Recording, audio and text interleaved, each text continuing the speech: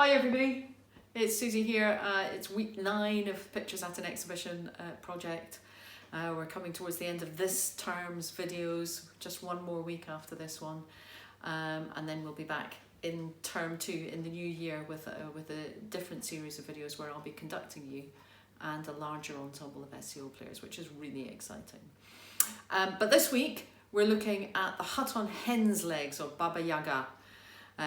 This is another one where we have a sight of Hartmann's original image, which was a design for a clock. The clock is in the form of a hut on hen's legs. Now, that sounds a bit bizarre, doesn't it?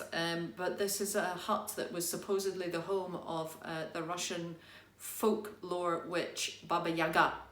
Baba means old lady, and I'm not terribly sure what Yaga means, but I suspect it's not very nice. She's often the villain in lots of Russian folk stories, and she lives in a hut literally with hen's legs that moves around the place. So it's quite a bizarre image. Even more bizarre than that, unlike witches that we might be used to in folklore in Britain, certainly, who travel around on broomsticks.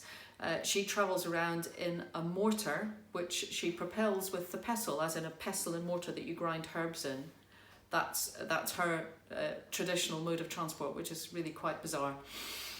Anyway, Hartmann's design was the inspiration for Mussorgsky's musical creation of the hut on hen's legs. The music's quite grotesque. In many ways, it starts with this really aggressive sound at the beginning, where we're all playing these. The strings have all got lots of downbows, jump, jump, jump, jump, all this kind of stuff. Short, loud notes from everybody else, and then in the middle section, there's a really creepy bit with lots of and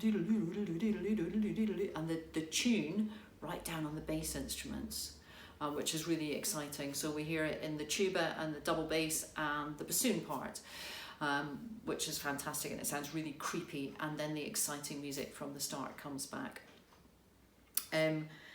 There's a little bit that you might recognise. In fact, the music at the beginning you might recognise, because a couple of weeks ago when we did Limoges, I think I might have hinted that there's a little snippet from Baba Yaga in Limoges, so see if you can spot where that is. I think it's quite obvious.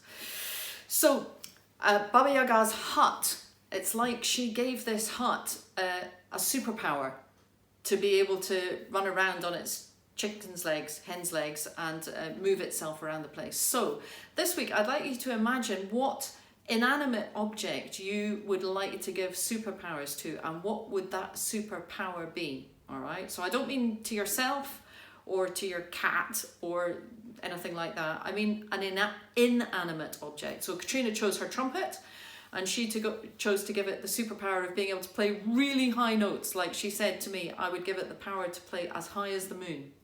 So what superpower would you give, and to what inanimate object? And if you're inspired artistically, you could send us a picture of your superpower creation, or a story about it, or anything like that. That would be really cool. So superpowers for inanimate objects. Okay, that's what we want to hear about. And I'll be back next week with the Great Gate of Kiev.